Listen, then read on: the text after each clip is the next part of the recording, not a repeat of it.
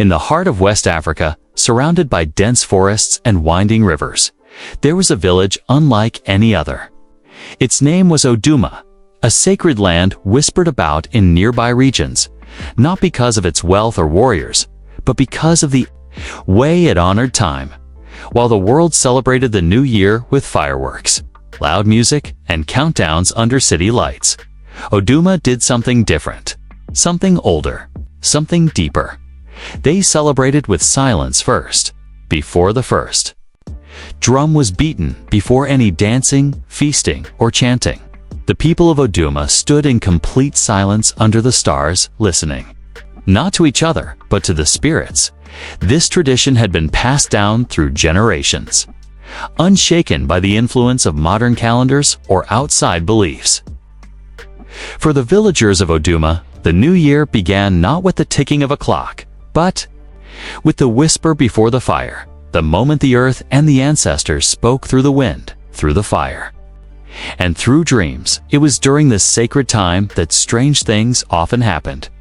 Children said they saw old ancestors walking through the shadows. Women cooking in the evening would sometimes look up to find a glowing figure standing near the edge of the trees. The village dogs barked not at people, but at empty space. And yet, none of these things caused fear. In Oduma, such moments were signs that the spirits were near, that they had come, once again, to witness the village's devotion and bless the path ahead. But that year, something felt different. Tala, a 15-year-old boy known for his questions and curiosity, had noticed it first. He had woken up from a strange dream the night before the celebration. In it, he saw the village's sacred fire burn blue, not red, not orange, but a deep swirling blue that danced like water. And then he saw something even stranger. A figure stood in the fire, a boy. And that boy looked just like his older brother Kemu, who had disappeared 3 years ago without a trace. Tala sat upright in his bed, made of woven grass and clay, sweating and shivering. He looked out the window toward the village square, where preparations for the new year had already begun. Drums were stacked in corners, elders were consulting ancient scrolls, and the spirit masks were being cleaned. But that dream, it wouldn't leave him. He didn't tell anyone, not even his mother. Because in Oduma, dreams during this season were not just dreams, they were messages. And messages had to be confirmed through silence. That day, as the sun reached its highest point in the sky, the sacred silence began. No one spoke, not even the children. The entire village entered a spiritual fast, not of food, but of voice. From the moment the silence began until the fire was lit that night, the only sounds heard were nature's own, the rustling of trees, the calls of birds, and the slow beating of ancestral drums in the distance, drums that no human played. Tala wandered through the village quietly, his eyes catching everything. The elders painting symbols on the clay walls, the young girls preparing banana leaves and kola nuts, and the teenage boys sharpening ceremonial sticks for the dance of strength. But his heart kept pulling him toward the forest, the very edge where Kemu had last been seen. No one was allowed to go beyond the tree line during the silence. But something ancient was calling him. As the sun began to dip below the trees and the sky turned orange and gold, the silence broke with a single drumbeat. Boom. Then another boom. The village square came alive. Women began to sing. Men lit the firewood stacked in a tall triangle in the center of the square. Children danced in circles, wearing beads and paint. The sacred spirit masks were brought out and placed in a ring around the fire. The whisper before the fire had passed. Now came the dance of the ancestors. But just as the fire caught flame and shot its first sparks into the night sky, something strange happened. The flames turned blue. Not entirely, but the center, the very core, flickered with the same blue that Tala had seen in his dream. The drums stopped, the singing froze, and the village elder Baba Alumo dropped his staff. Tala stepped forward slowly, his eyes wide, his heart beating like a trapped bird. From the fire's heart, a shape began to form. Not smoke, not shadow, but flesh. And then came a voice. Familiar. Tala. The villagers gasped from the flames. Stepped Kimu, older, stronger, eyes glowing with light. He had returned, but he had not come alone, and thus began the new year. In a way, Oduma would never forget. The fire crackled with blue light as Kemu stepped forward. His clothes were not made of cotton or raffia like the others. Instead, they shimmered like river mist, with beads that glowed faintly under the moonlight. His feet didn't stir the dust as he walked. His skin, though darker than before, seemed to hold a strange glow, like he had walked through lightning and lived to tell the story. Tala couldn't move. His breath caught in his throat. He wanted to speak, to run, to ask, to cry, but he stood frozen, his heart too full of questions and memories. The villagers slowly backed away, forming a wide circle. No one dared break the silence again, even after the drums had stopped. All eyes were on Kemu. He looked around, his eyes scanning the faces, then resting on Baba Aliomo, the village elder. "You kept the fire burning," he said softly. The old man's voice trembled. You are not a ghost." Kemu smiled gently. "No, I am no ghost, but I have walked with them. I have seen the other side." Gasps spread through the crowd.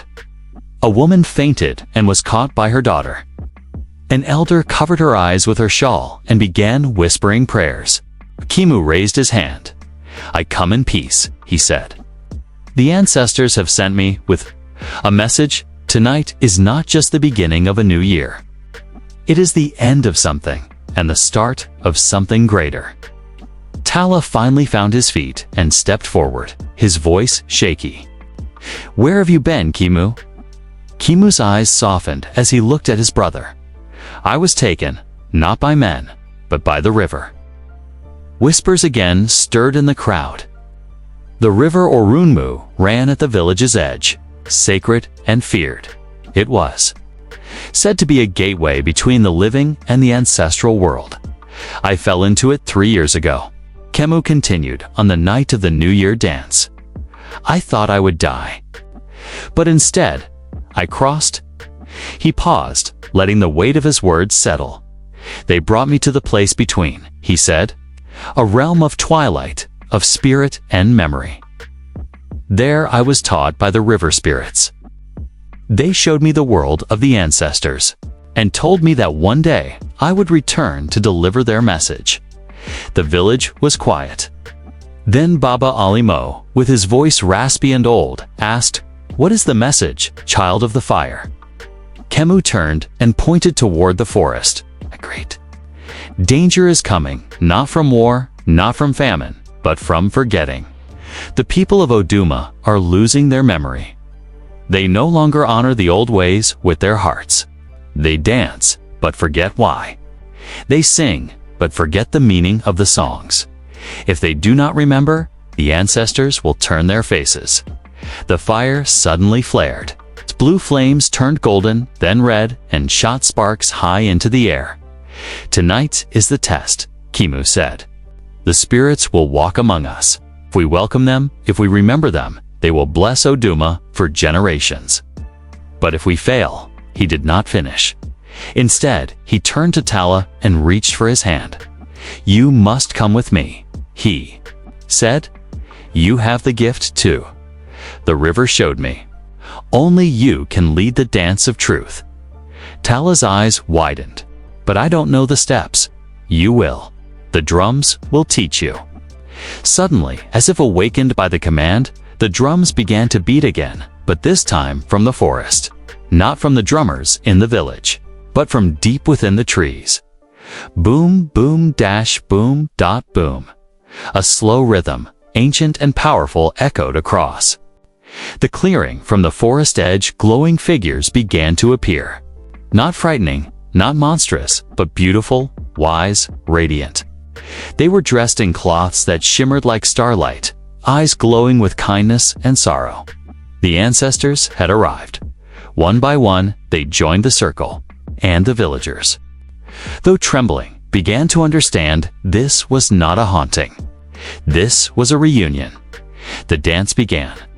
Kemu and Tala led the first steps, their movements guided by the rhythm of the forest. The villagers joined in slowly at first, then with growing strength and pride. The spirit masks lit up with their own inner fire, casting shadows across the village square. Even the children danced, even the elders, who had not moved like this in years. And in the center, the fire blazed tall, red and blue and gold, reaching up to the stars. By midnight, the entire village was dancing with the spirits, not out of fear, but out of joy, of remembrance. And somewhere, deep in the forest, the river sang as the final drumbeat faded into the night. The ancestors began to vanish, slowly, gently returning to their realm, leaving behind only leave. Me mind only leave. Their warmth, their presence, and their blessing. Kemu turned to Baba Alimo and knelt. "I have fulfilled the message," he said. "But my time here is short. The river calls again." Tala's eyes filled with tears. "You're leaving?" Kemu smiled. "Not forever. When the village needs me, I will return. But tonight, the village no longer needs me." He looked around. "It has you now." And just like that, he walked into the trees and was gone. Swallowed by the mist of the sacred river, the villagers stood in silence again. And then Baba Alumo raised his voice, for all to hear. "Let it be known," he cried, "that Oduma remembered, that the spirits danced with us, that we are not forgotten." Cheers erupted. Tears flowed. People hugged and sang and danced into the early morning. And Tala, now the youngest spirit dancer in Oduma's history, stood by the fire, holding his brother's glowing beads. A new year had begun. But more than that, a forgotten bond had been restored. The sun rose slowly over Oduma, its golden rays washing over the village like a warm bath of light. Smoke from the sacred fire curled gently into the sky, as if reluctant to leave the memory of the night behind. Villagers sat in small groups, their eyes wide with stories, their voices soft with wonder. Some had danced with ancestors they hadn't seen in decades. Others had received whispered names, signs, visions, promises of healing, harvest, and rebirth. Children, who once saw the spirit world as mere tales, now spoke with reverence. The old, who feared they would die forgotten, now wore smiles deeper than time. But Tala stood alone, still holding the glowing beads left by Kemu. He stared at the river's edge, where his brother had vanished once more. The water was calm, still, as if the wild events of the night before had never happened. And yet, Tala knew they had. Memory was imprinted in his bones. Behind him, Baba Alumo approached slowly, his staff tapping against the dry earth. "You carry your brother's light now," the elder said. Tal turned. "I don't know what to do with it." Baba Alumo placed a gentle hand on his shoulder. "Then you are ready." The boy looked confused. "How can not knowing make me ready?" The old man chuckled. "Because the wisest ones are not those who claim to know all things, but those who admit they must learn." Tala lowered his gaze. "What happens now?" "You must complete the ritual of memory," Baba Alumo said. "Before the sun reaches the center of the sky." Tala's heart skipped. "I thought that was only for elders." "It was," Baba replied, "but the spirits have chosen differently." The fire burned blue. The drums called your name. You danced with the unseen. You were chosen. He pointed to a small path leading out of the village, a route that curved through ancient stones and trees that had witnessed centuries. "You must walk the memory trail," Baba said. "Alone, with nothing but the beads and the mask." Tala blinked. The mask? From beneath his robe, Baba Olimo pulled out a spirit mask, but this one was unlike any other. Its carvings were intricate and deep, etched with river patterns and bird wings. Its colors shimmered subtly, a quiet mixture of midnight blue, forest green, and moonlit silver. At its center was a symbol Tala had never seen before. Two spirals touching, one facing forward, the other backward. "This," Baba Olimo whispered, "is the Mask of Echoes. It is said to show the wearer, not what is, but what was, and what still lingers." Tala took it with trembling hands. It felt warm, as if it had just come from the fire. But it hadn't. It had come from something deeper. He nodded. "I'll go." Baba Olimo smiled, then turned and left him at the path. Tala took a deep breath and stepped into the forest. The trail was narrow and overgrown in places, but he followed. It beads clutched in one hand, mask in the other. Birds chirped but fell silent as he passed. The air grew thicker. Not hot, but full. Charged, as though every step stirred something ancient from its slumber. Then, as the trees thinned, he reached a clearing, and there, carved into a massive stone, was a spiral symbol identical to the one on the mask. Without hesitation, Tala placed the mask on his face. The world shifted. Suddenly, he wasn't in the forest anymore. He was standing in the village, but not the village he knew. The houses were newer, the faces younger. Children played with wooden toys. Women pounded yams beside smoking fires. Drums beat not for spirits, but for celebration. He was in Oduma, of the past. And there, walking toward him, was his grandmother, a woman he had only seen in old drawings. She wore the same spiral-beaded necklace Tala had once seen in a wooden box under his mother's bed.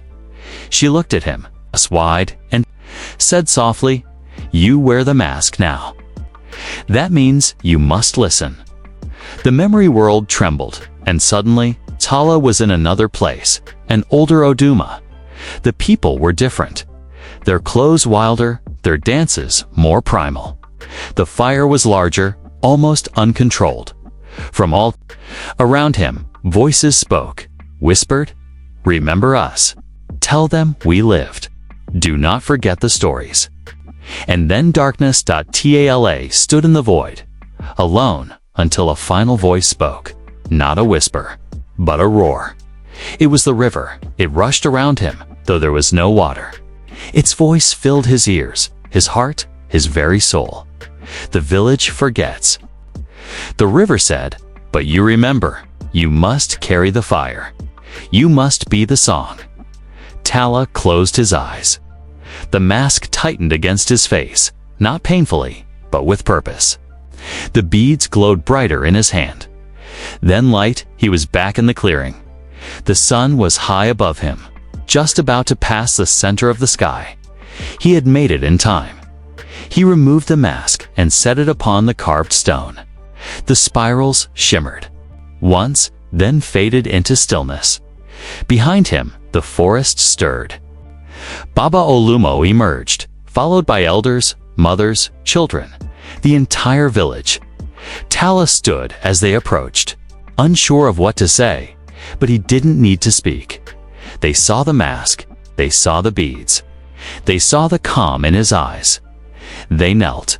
One by one, they bent their knees in respect, not to his power, but to the memory he carried, to the fire he now kept. Baba Olimo bowed last, then said, "Let it be known that Tala, the boy who danced with spirits, is now the guardian of the fire." And in the sky above, the clouds parted. The sun shone brighter. The birds sang again, and the river, though far, let out a distant laugh. Like thunder wrapped in peace, the new year had not only begun. A new era had been born. The villagers returned to Oduma with song and story, following Tala in a quiet, respectful procession. No one cheered. No one laughed. The joy was there, strong and deep, but it was not the joy of entertainment. It was the joy of reverence, of knowing they had witnessed something sacred. Tala walked ahead, the beads in his hand warm like a heartbeat. Around his neck now hung the spiral-shaped pendant Baba Alumo had given him, a symbol that would forever mark him as the guardian of the fire. Once back in the square, the elders gathered around the sacred flame, which had begun to dim. Always died at noon, once the sun passed its peak, signaling the end of the old year's spirit and the start of the new. But this time, something unexpected happened. The fire, which should have faded into smoke and ash, suddenly flared. Bright. Blue dot, golden, then red dot. It pulsed, as if breathing, and a figure emerged from the smoke. Not a person, not even a spirit, but a shape of memory, a vision of the past. It was Oduma itself, the village, but in many forms. Huts from long ago. People dancing in animal skins, the first planting of the yam fields, the building of the yamp, the sacred well, all flashing through the fire like a living archive. Then the image faded, and the fire shrank again.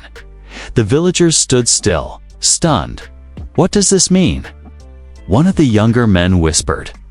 Baba Alimo turned to Tala. The fire has chosen to remember. It will not die this year. It will burn until the next celebration. Gasps rippled through the crowd.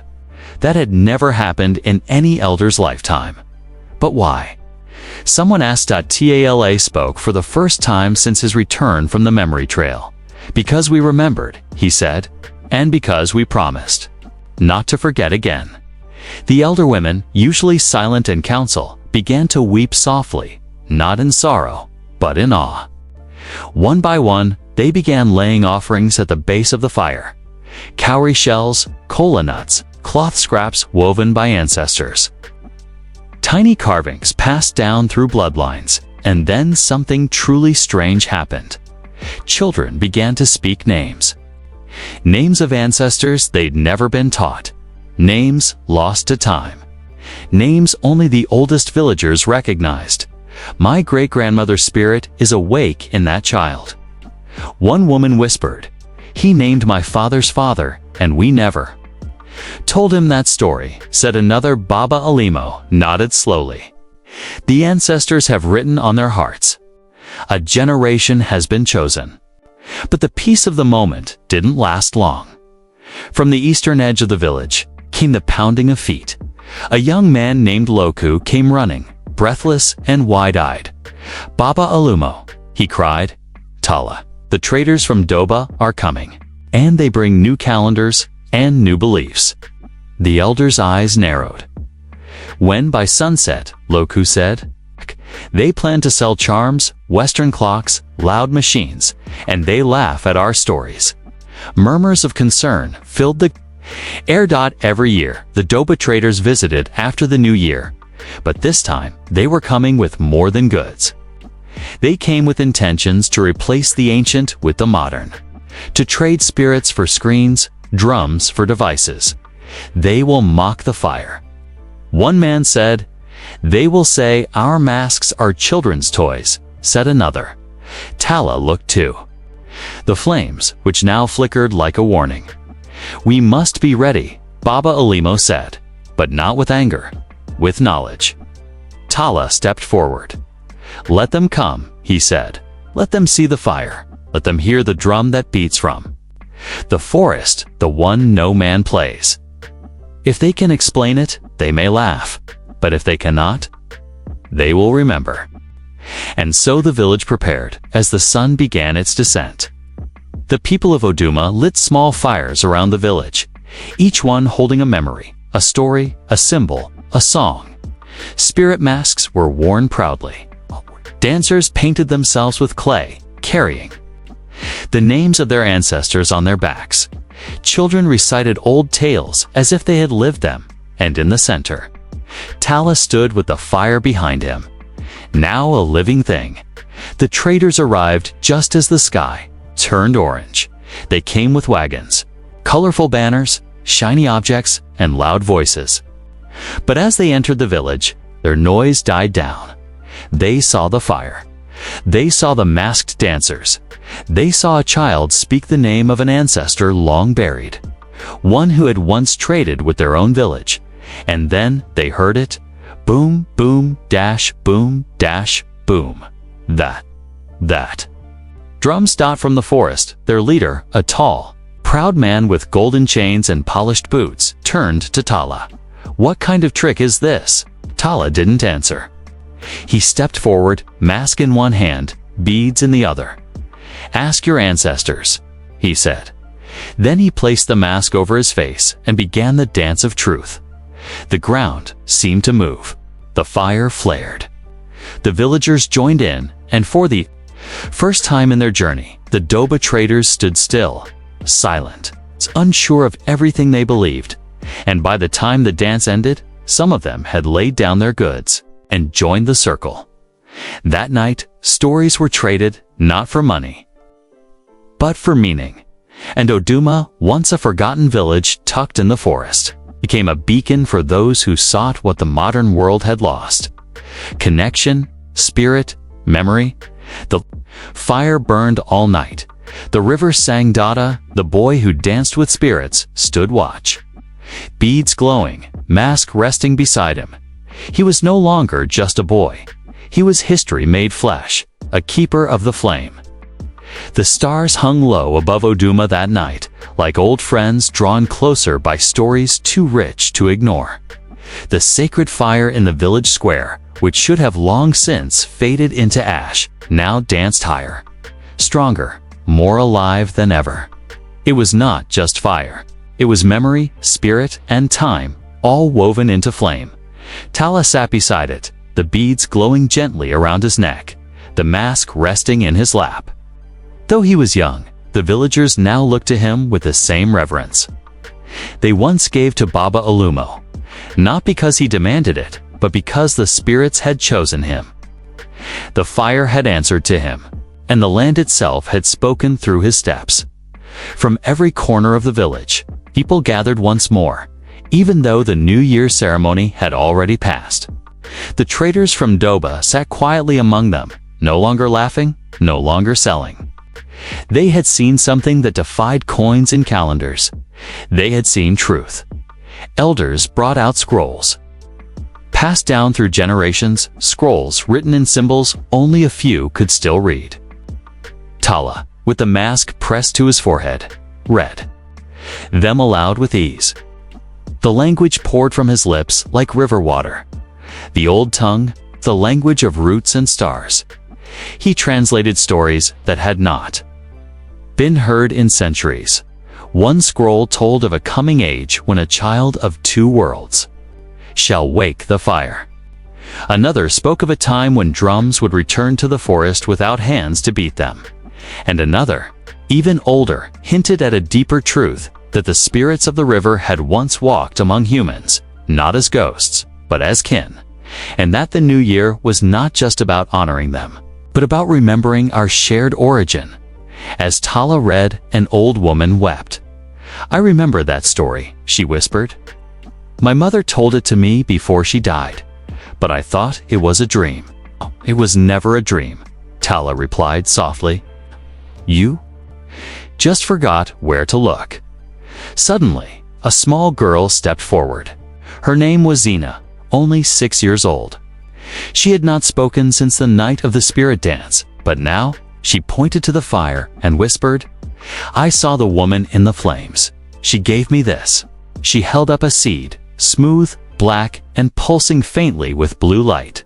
The elders gasped. It was the seed of the ancients. It was believed to bloom only once. When planted by a hand chosen by the river, Tala turned to Zina. "You must plant it." The girl's hands trembled. "But I'm just a child." He knelt beside her. "So was I." With the entire village following in silence, Zina walked to the center of the village and dug a small hole in the earth. She placed the seed gently inside, then covered it with both palms. Nothing happened at first. Then the ground pulsed, not violently, not like an earthquake, but like a heartbeat. The soil shimmered. A shoot emerged small. then tall, unfolding into a glowing tree with silver leaves and golden fruit. Right before their eyes, it was the Tree of Memory, a symbol long spoken of in Oduma's legends, now real. The villagers dropped to their knees. The Doba traders wept openly. Even the birds, watching from the trees, sang new songs and rhythms never heard before. Baba Alumo, now weak with age, leaned on his staff and said, "The ancestors have done more than visit us. They have returned to stay." From that day forward, Oduma was no longer just a village.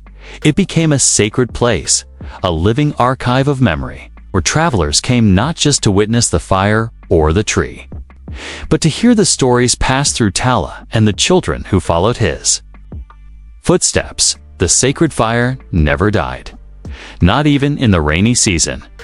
The Tree of Memory grew taller with each year, and its fruit was shared during every new year. Not eaten, but held to the heart before being returned to the soil. A symbol of remembrance. Tala, as he aged, taught others to read the scrolls, to speak the old language, to hear the whisper before the fire. And when the time came, many years later, he passed the beads and the mask to Xena, who by then had become a woman of wisdom with the same glow Tala once carried. He returned to the river, not to vanish, but to rest in the place between and every new year. When the fire turned blue, the villagers would smile and say, "Tala has returned."